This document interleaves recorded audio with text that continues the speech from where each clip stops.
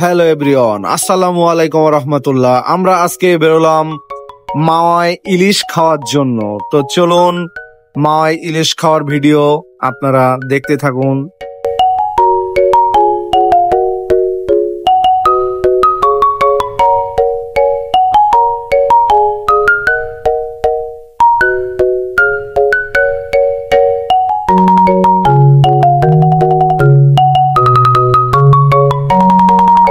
আর তার মধ্যে পড়লাম এক ঝামেলায়, হঠাৎ করে আমার বাইকের ব্যাটারি নষ্ট। এই ঠেলাঠুলি ভাই, কিরে যন্ত্রণা। অবস্থা রে ভাই, দেখেন গাড়ি অবশেষে খেলতে হচ্ছে আমাদের।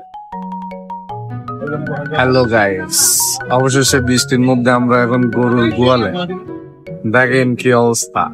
এই আছে গৌরাঙ্গদা, আরে আমি কি মান কাচ্ছি ভাই, পড়িছি রে ভাই। দেখ ফাইনালি কিন্তু আমরা চলে আসলাম সেই মাওয়াঘাটে ইলিশ খাওয়ার জন্য। তো আমরা ইলিশ খেতে গেছিলাম কুটুমবাড়ি হোটেল অ্যান্ড রেস্টুরেন্টে। তো চলুন তার ভিতরে যাওয়া যাক।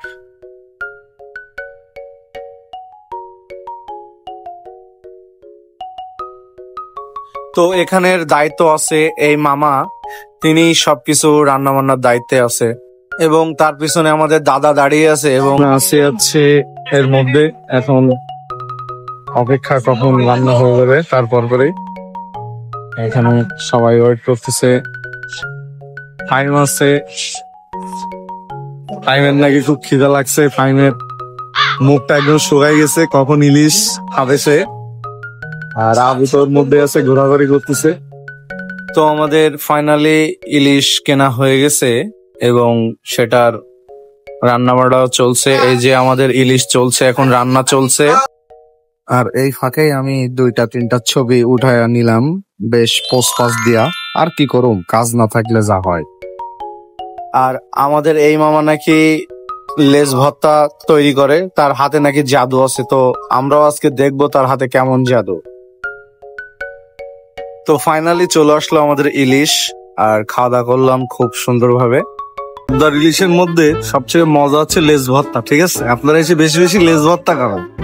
দেখেন লেজ ভর্তা পুরো চুরুই দিছি আমরা। এই দেখেন ফাঁকা হয়ে গেছে।